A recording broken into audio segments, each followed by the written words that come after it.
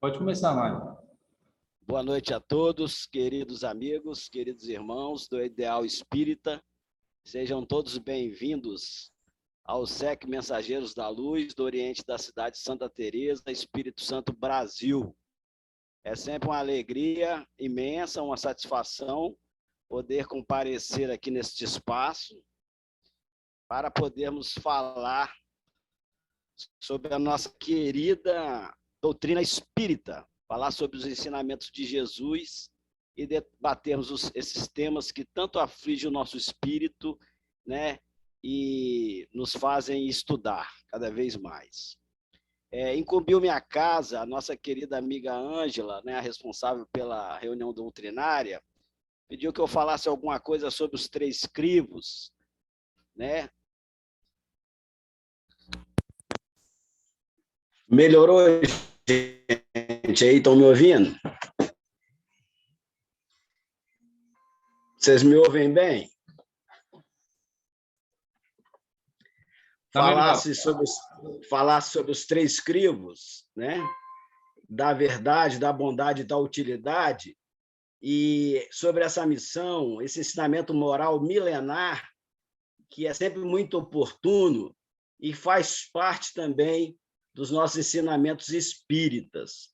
Antes mesmo do advento do Cristo, né, do surgimento de Jesus na Terra, um sábio da antiguidade, né, um filósofo grego, há cerca de 5 séculos antes de Cristo, falou sobre esses três crivos, né? Sócrates falou para nós sobre essa maravilhosa lição, nos ensinando sobre a importância de passar sobre o crivo da verdade, da bondade, da utilidade, tudo aquilo que a gente ouve, tudo que a gente fala, né? Então, eu vou pedir a Kelly aí agora, nesse momento, para que compartilhe o texto. Você pode compartilhar aí, Kelly?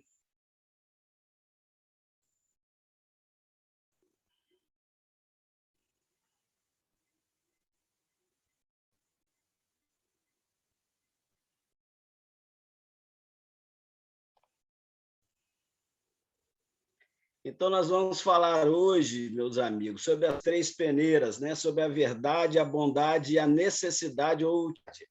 Pode seguir, Kelly.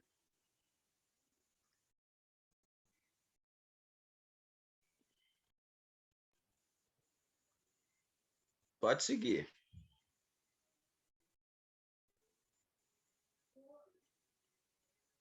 Pode continuar, pode seguir. Então, conforme Dantes tinha mencionado, diz a lenda que certa vez um dos discípulos de Sócrates procurou o sábio, um pouco assodado, um pouco, né, alvoroçado, querendo trazer para ele uma notícia sobre um outro amigo do filósofo, né? Então, um homem foi ao encontro de Sócrates, levando ao filósofo uma informação que julgava de seu interesse. Quero contar-te uma coisa a respeito de um amigo teu. Espera um momento, disse Sócrates. Antes de contar-me, quero saber se fizeste passar essa informação pelas três peneiras.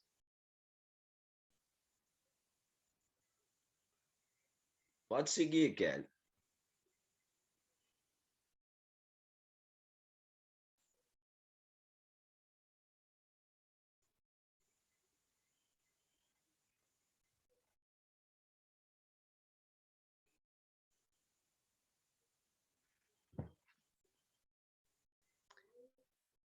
Então, estão aí as três peneiras, ou três crivos, né? Que é a bondade, a verdade e a utilidade. Então, seguindo no diálogo, Sócrates interceptou o seu discípulo, interpelou, dizendo: vamos peneirar aquilo que quer me dizer. Devemos sempre usar as três peneiras. Se não as conheces, presta bem atenção. A primeira é a peneira da verdade. Tem certeza de que isso que queres dizer-me é verdade? Bem, foi o que ouvi outros contarem. Não sei exatamente se é verdade, respondeu o discípulo. Bondade. A segunda peneira é da bondade. Com certeza deves ter passado a informação pela peneira da bondade, ou não? Envergonhado, o homem respondeu: devo confessar que não. A terceira e última peneira é da utilidade ou da necessidade. A terceira peneira é a verdade. Pensastes bem, se é útil o que vieste falar a respeito do meu amigo? Útil? Na verdade, não. Então disse-lhe o sábio: se o que queres contar-me não é verdadeiro, nem bom, nem útil, então é melhor que o guardes apenas para ti.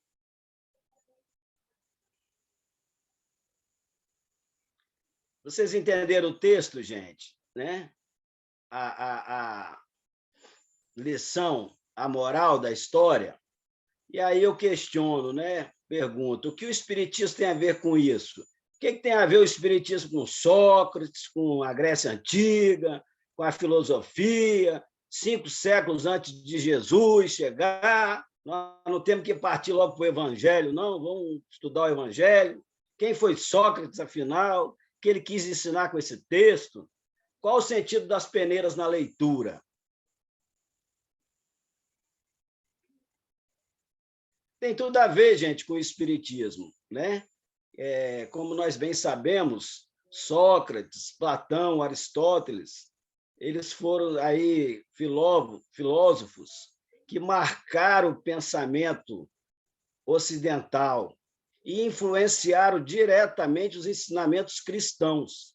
Tanto é que no Livro dos Espíritos há menção, no Evangelho segundo o Espiritismo, há menção sobre esses filósofos. O Sócrates, por exemplo, ele acreditava em reencarnação, ele acreditava na eternidade do espírito, na pluralidade das existências, e ele foi um dos primeiros homens a introduzir no diálogo humano a questão metafísica, saindo daquela preocupação primária dos pré-socráticos quanto à pesquisa da natureza, né, dos fenômenos naturais, e colocando o homem no centro do debate, né? A questão da ética, a questão da moral, a questão da virtude, né? O que o homem tinha que fazer para ser considerado um homem de bem? Foi Sócrates que trouxe essas indagações. E ele também, assim como Jesus, ele ensinava pregando nas praças, ensinando os jovens a pensar. E como ele gostava de falar a verdade, trazer verdades, ele acabou sendo acusado de subversão e foi condenado à morte. Mas o tempo passou, a lição de Sócrates ficou, vingou em nossos corações, e passado muito tempo, já no advento do cristianismo, aí já vamos encontrar essa passagem no Evangelho segundo o Espiritismo, no Evangelho de Marcos, né? Ele vem falar a mesma coisa de maneira diferente, com outras palavras. Quando nós nos deparamos, por exemplo, com a parábola da figueira que secou.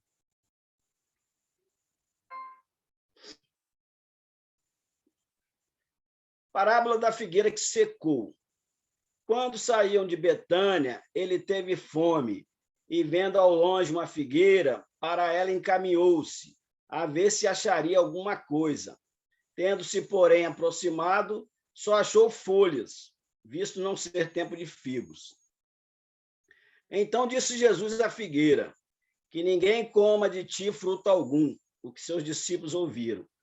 No dia seguinte, ao passarem pela figueira, viram que secara até a raiz.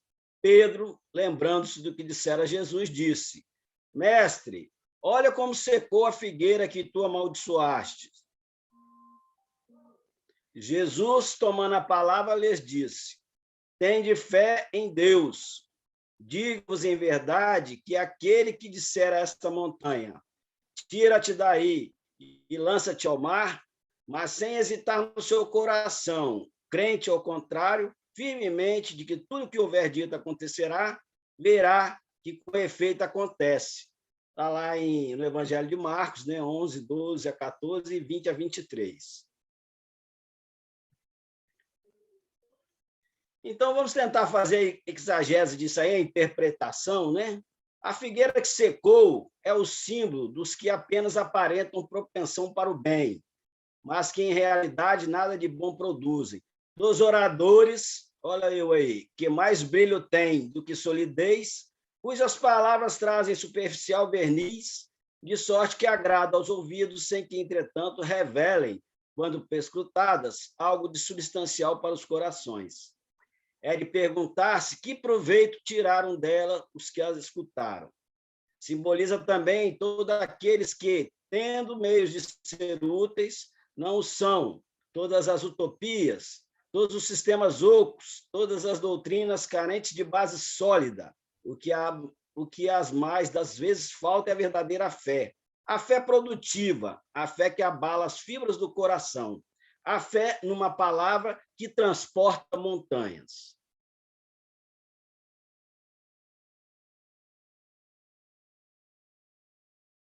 E o nosso evangelho, de forma lapidar, né, no capítulo 19, item 9, complementa. São árvores cobertas de folhas, porém baldas de frutos.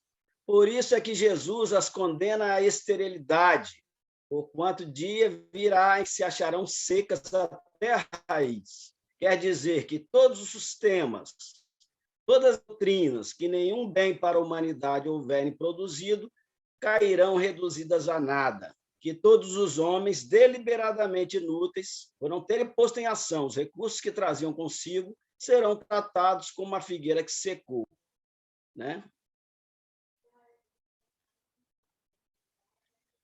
Cogito ergo sum, né? Como dizia Descartes, como nós pensamos, logo existimos, temos que pensar um pouco sobre essas questões que nos são colocadas pela doutrina.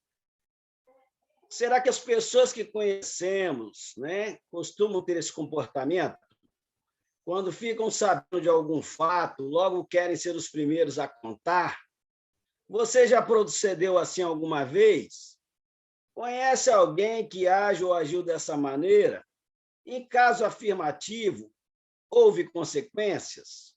Vamos pensar um pouquinho, vamos enumerar. Eu vou relatar para vocês aqui algumas desventuras que eu tive nesse campo quando era mais jovem, que eu também tinha, ainda tenho um pouco, essa mais do né? Ou fora do tempo. Eu lembro que eu estava na festa uma vez com um rapaz que eu tinha recém-conhecido, hoje ele é meu amigo, e passou uma moça muito bela por nós, e eu fui falando, nossa, que mulher, né? Aquela expressão que o homem gosta de usar com a letra G, né? E eu mal acabara de falar, ele olhou para mim e falou assim, pois é, ela é minha irmã. Vocês imaginam a saia justa que eu passei, fiquei todo envergonhado, ele não gostou, né? Certamente também a moça não gostou, não gostaria da maneira que eu me referia a ela, e por eu não ter passado a minha fase pelo crivo, né? Não era mentira, não era uma coisa ruim, mas não era uma coisa útil. Não havia necessidade de eu falar aquilo com aquela conotação. O tempo passou, viramos amigos, né? E eu guardei essa lição para a gente pensar um pouco antes de sair proferindo palavras soltas ao vento. Podemos seguir, Kelly. A avaliação, né? Será que é fácil a gente fazer essa avaliação? Como posso avaliar se o que vou falar é verdadeiro, bom e necessário? É fácil ou difícil tomar conhecimento de alguma história, guardar segredo ou simplesmente esquecer que ouviu sem comentários? Você já foi atingido por um mal-entendido assim? Como você se sentiu? Gostaria que algum amigo passasse por uma situação constrangedora por conta de uma fofoca assim? essas questões elas são sempre atuais e palpitantes, principalmente nesse momento em que a comunicação tomou força em virtude do advento das redes sociais, onde as pessoas abusam, né, em espalhar boatos, falsas verdades, os famosos fake news, né?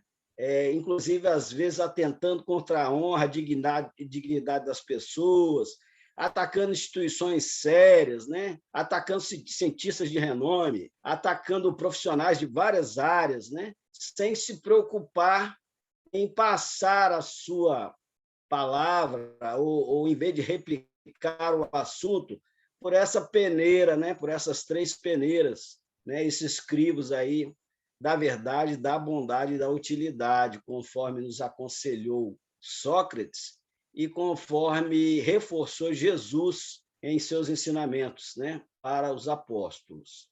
Vamos seguir?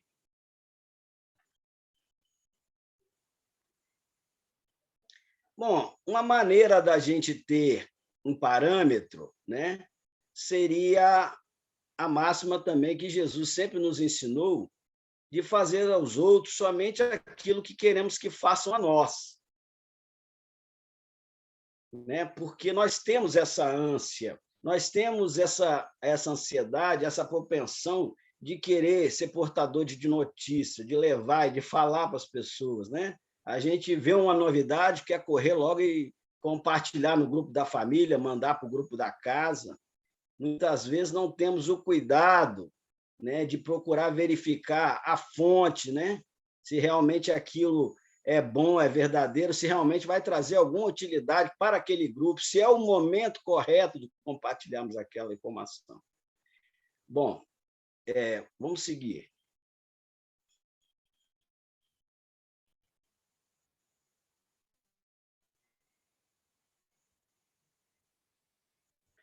E ainda continuando na interpretação dessas máximas, nós podemos concluir, se aplicássemos em nossas vidas essa regra dos três crivos, ou das três peneiras, como também é conhecida, sentiríamos efeitos benéficos imediatos. Imaginemos se a aludida recomendação se estendesse ainda para os nossos pensamentos, para as nossas palavras e para as nossas ações. Ao nos submetermos aos testes da verdade, da bondade e da utilidade, certamente teríamos pensamentos mais equilibrados, palavras mais otimistas e comportamentos mais assertivos, tornando-nos autênticas cartas vivas do Evangelho de Jesus na Terra, conforme a expressão do apóstolo Paulo. Já que nós citamos o Paulo aqui, eu gostaria de lembrar também, né, o ensinamento que ele nos deixou, que tudo nos é permitido, né, mas nem sempre nos convém.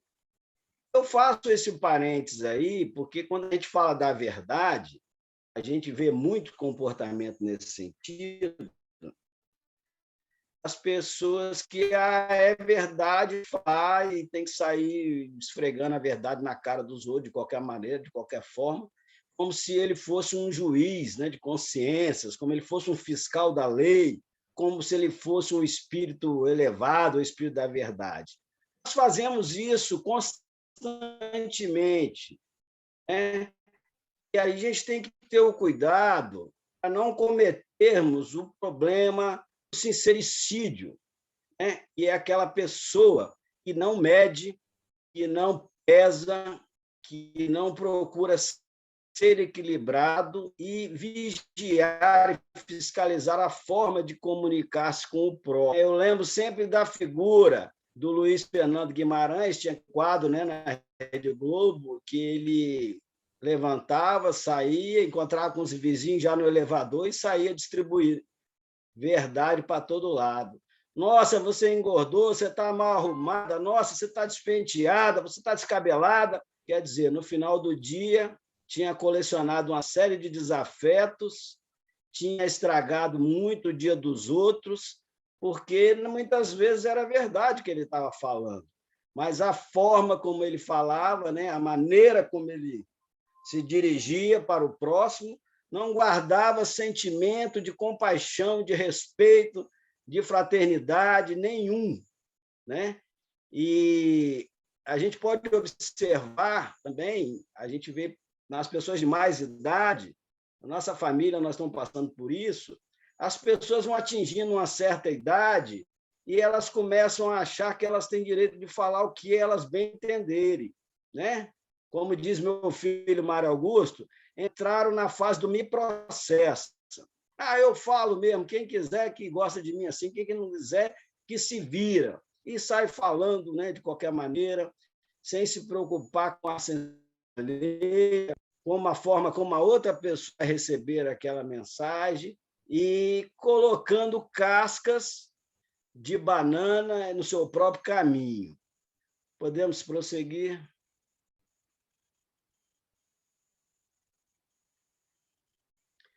Quando a gente tiver em dúvida a respeito desse tema, nós podemos sempre nos socorrer aos benefícios da prece, né, da oração.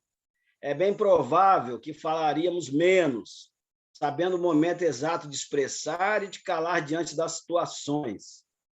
E utilizaríamos com sabedoria os recursos dos sentidos corporais concedidos por Deus a seus filhos, de que temos 2 ouvidos e uma boca, exatamente para aprendermos mais a escutar e menos a estende-se aos pensamentos, que devem ser emitidos com qualidade e obediência à diretriz evangélica da oração e da vigilância, para não cairmos em tentação. A oração é o meio de contato com o Criador, é um instrumento diário de uma conversa íntima com Deus, é o recurso de que dispomos para nos associarmos com seres de boa vontade, mais experientes e evoluídos, que nos auxiliam na jornada terrena.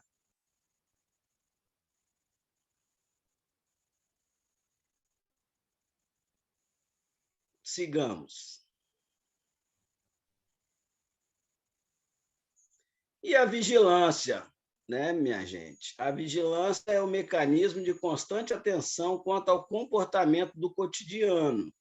É preciso que cuidemos de nossos conteúdos íntimos, traduzidos em pensamentos, sentimentos e ações. A tentação é uma situação de risco a que estamos submetidos, por ainda não termos adquirido, fortalecido determinados valores à nossa ascensão espiritual. Seremos, então, tentados em nossas concupiscências, ou seja, em nossas tendências negativas. Por isso, com inteligência, Allan Kardec registrou o Evangelho segundo o Espiritismo, que o verdadeiro espírita é reconhecido não pela sua perfeição, mas pela sua transformação moral, pelos esforços que emprega em domar suas más inclinações.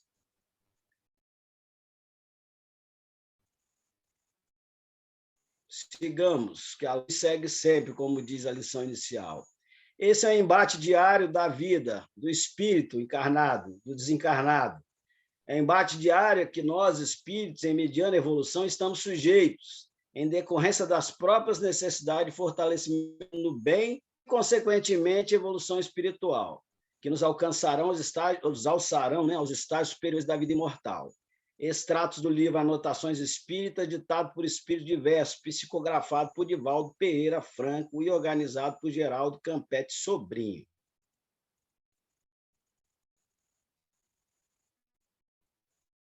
Moral da história, né, gente? Se as pessoas usassem desses critérios, seriam mais felizes, usariam seus esforços e talentos em outras atividades, antes de obedecer ao impulso de simplesmente passá-los adiante.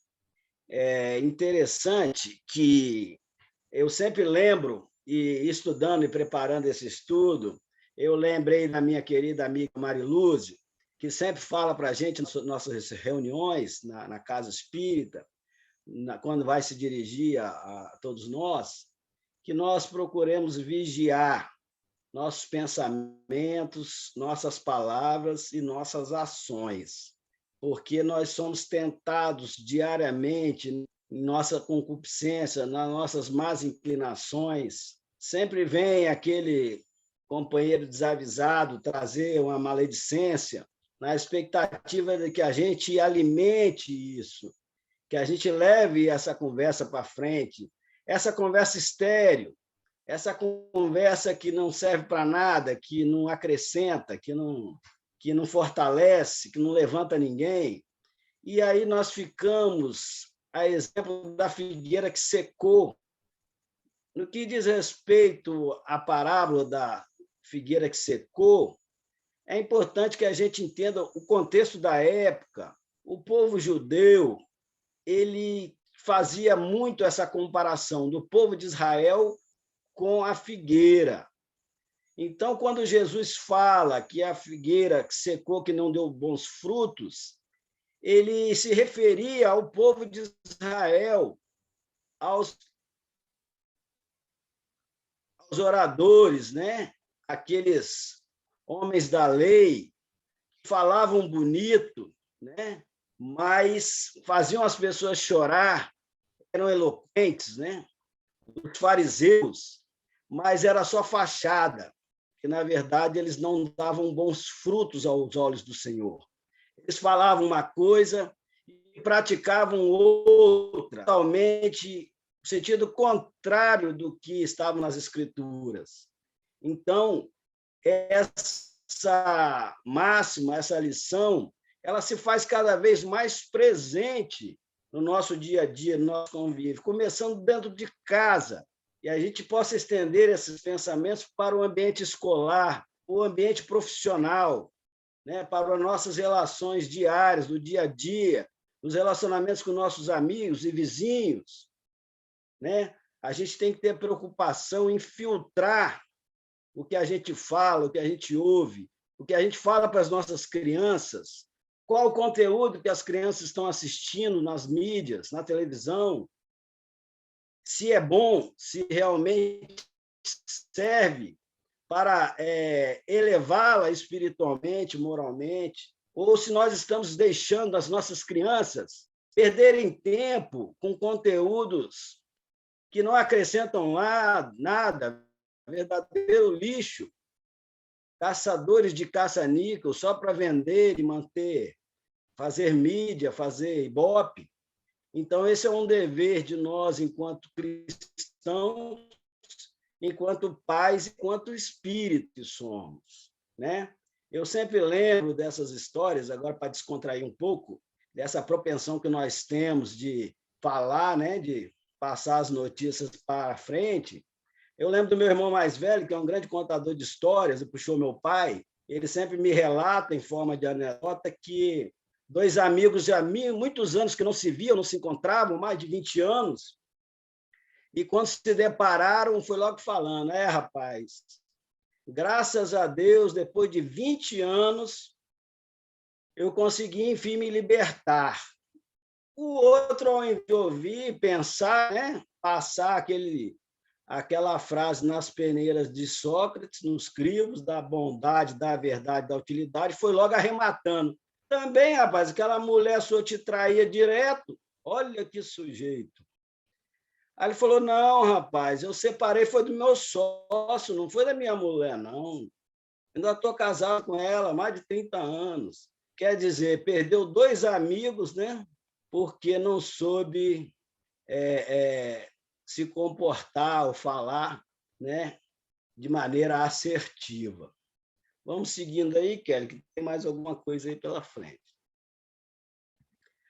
Algumas dicas práticas que a gente poderia, no nosso dia a dia, eu vou falar da minha própria experiência. A gente tentar procurar, ocupar o nosso tempo com conteúdos saudáveis, né? Conteúdos realmente que possam acrescentar alguma coisa no nosso nível intelectual, cultural e espiritual, né? Às vezes, eu encontrei com um amigo esses dias, ele me falou que estava de férias e passou as férias todinha vendo série na Netflix. Aí o outro falou que passou as férias todas dormindo. Eu falei, muito bem, meus parabéns, mas o que vocês estão fazendo realmente de útil? Porque essa série que você está assistindo na Netflix, eu também gosto de Netflix, eu gosto de rede social. Eu uso as redes sociais até por virtude do meu trabalho que eu preciso divulgar.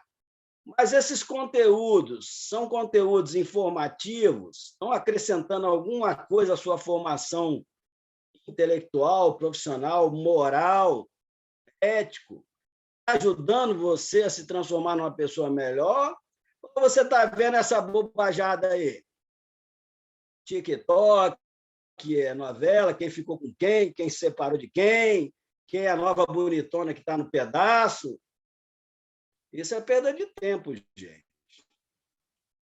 Olha só, nós temos um estudo na casa, uma atividade na casa, na segunda-feira, que é o estudo do Evangelho, toda segunda-feira.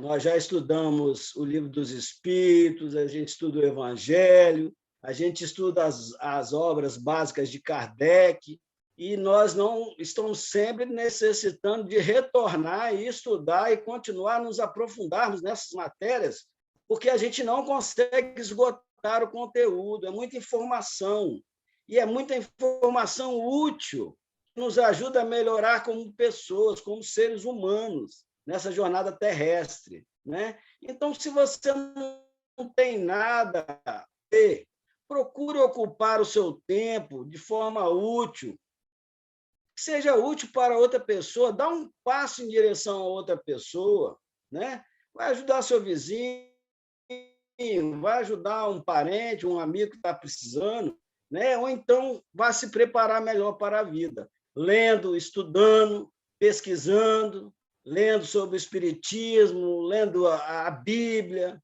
lendo os filósofos antigos, a literatura, a arte. Vai melhorando, porque para depois você não chegar à conclusão que você perdeu tempo na encarnação, jogou fora o tempo. Né? Eu tive uma experiência pessoal durante a pandemia que as redes sociais elas viraram um palco de discórdia, né?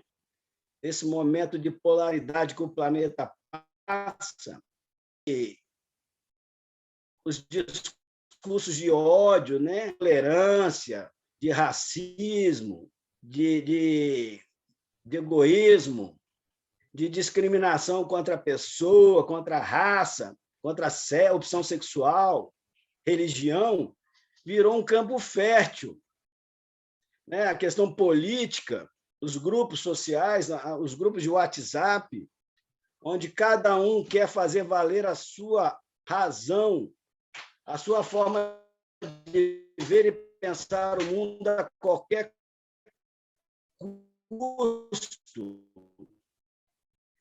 agindo como um déspota, né? Querendo fazer valer a do grupo, agredindo quem não concorda com a sua forma de pensamento. Isso vinha me fazendo muito mal. E aí eu comecei a pensar, como é que eu posso fazer para que eu possa mudar isso que tanto me incomoda. Então, eu passei a usar as redes sociais para estudar. Entrei num curso de filosofia, fui estudar história da arte, fui estudar o espiritismo, a Bíblia, fui ouvir pensadores, fui ouvir palestra, e aconteceu um fenômeno muito interessante. Como eu comecei a ler muito, me deu naturalmente a vontade de escrever. E eu passei a registrar no papel alguns pensamentos, algumas reflexões, alguns ensinamentos que eu tirei desse momento trágico, né, que a humanidade enfrenta, que é a pandemia, né? Essa pandemia, esse cataclisma, né, esse flagelo que sequestrou a humanidade como um todo, e psicologicamente, fisicamente, ficamos tolhidos, ficamos privados de encontrar as pessoas que nós estávamos, de fazer o que fazíamos, tivemos que nos reinventar, tivemos que nos aproximar através das plataformas, né? Online, virtual, abraço só de coração adaptar. E eu comecei a escrever.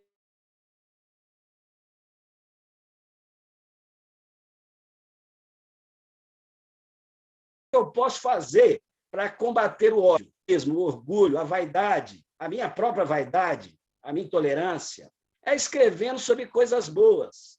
Falar de amor, falar de perdão, de solidariedade, falar das cartas de Paulo, falar sobre os ensinamentos de Jesus, escrever poemas, algumas poesias.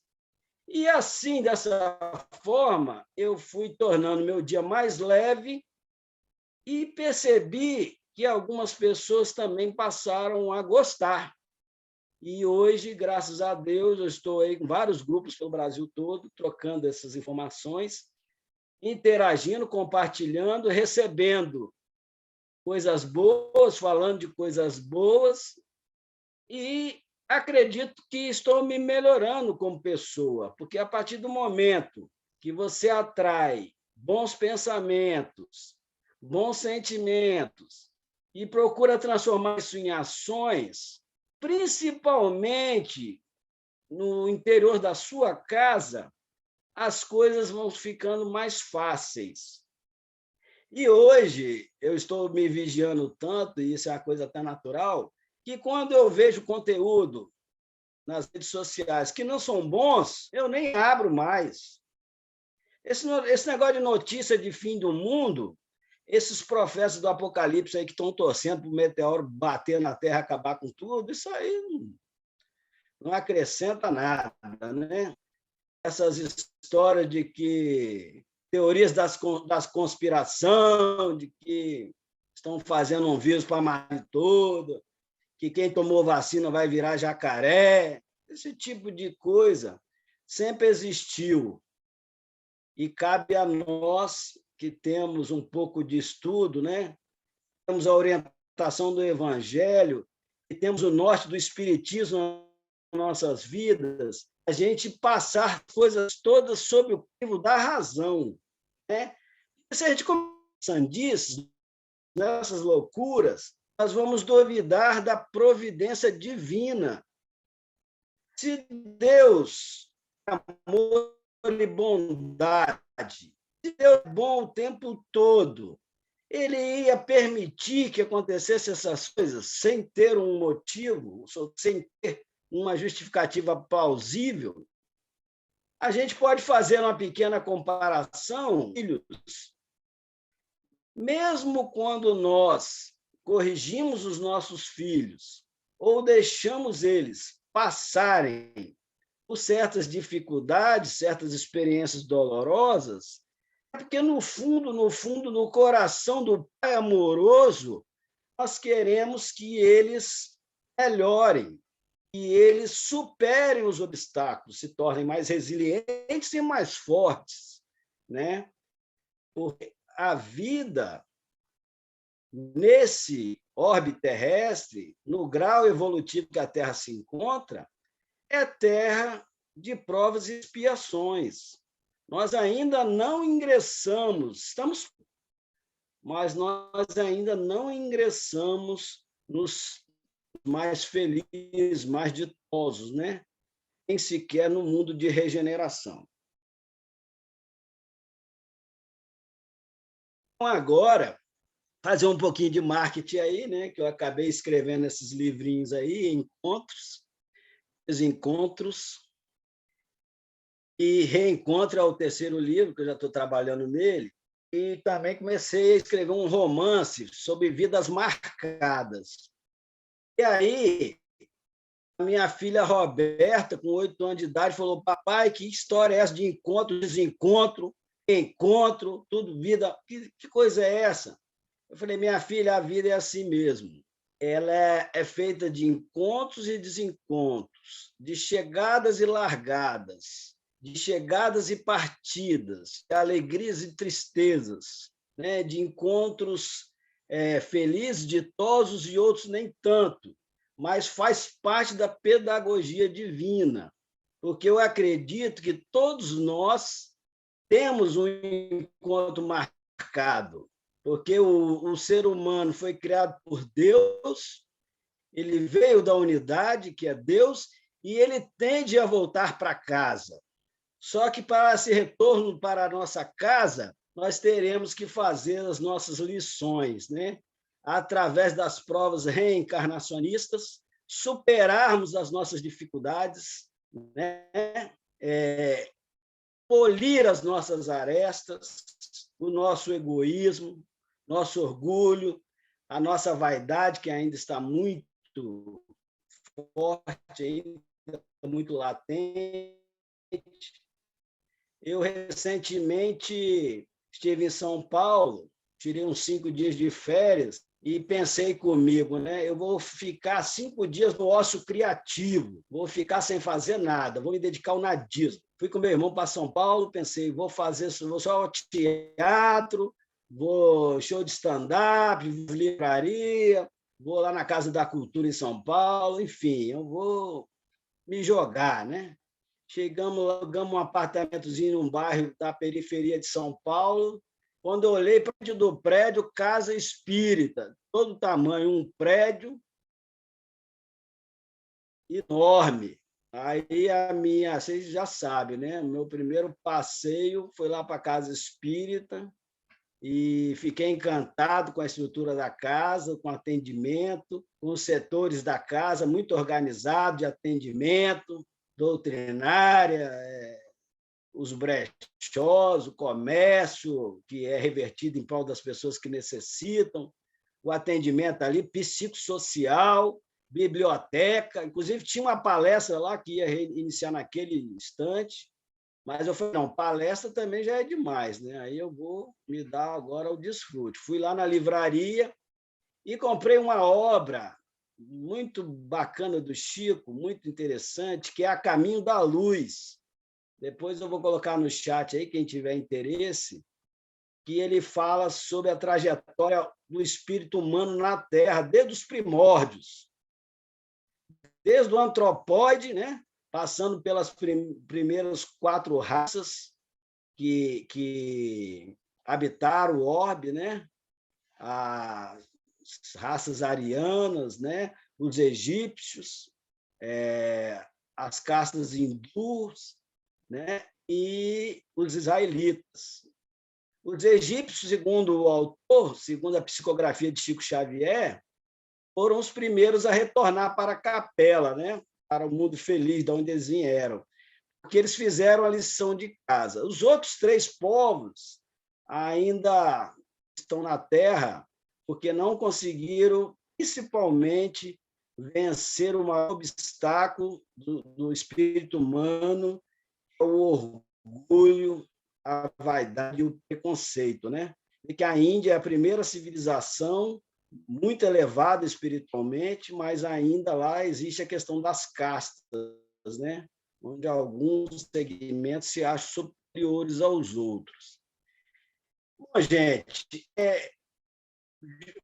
fora isso, lá em São Paulo também, eu tive a oportunidade, no cinema com minhas sobrinhas, com meu irmão, assistir o último filme do Homem-Aranha.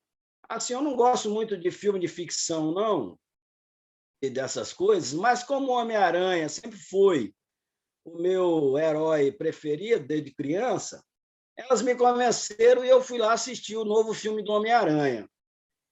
E foi uma surpresa agradável, porque o autor, num momento de pura felicidade, ele conseguiu reunir numa mesma aventura 3 gerações de Homem-Aranha diferentes. Um mais velho, mais contemporâneo e um moderno.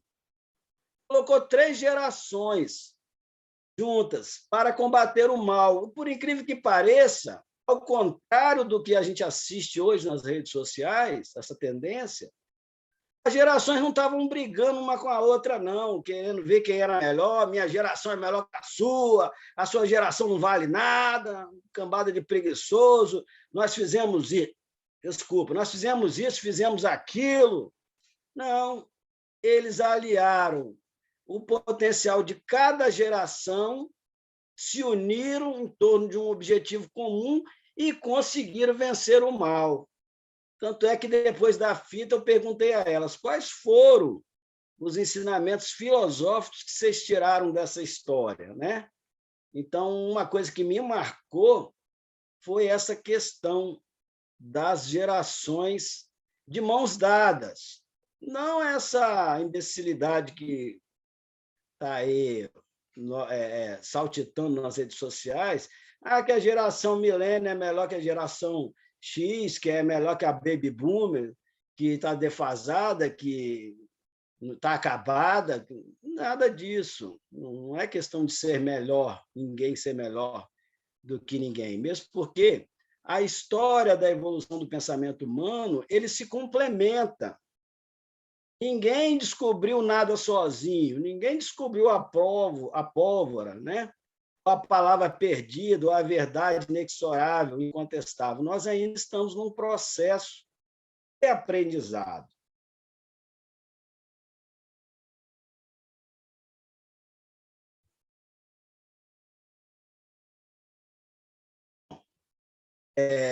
Não sei como é que está o horário aí, mas eu acredito que avançamos bastante aí no horário. Eu queria deixar, se for possível ainda, em aberto aí para se alguém quiser fazer algum comentário, alguma experiência nesse sentido, estamos à disposição.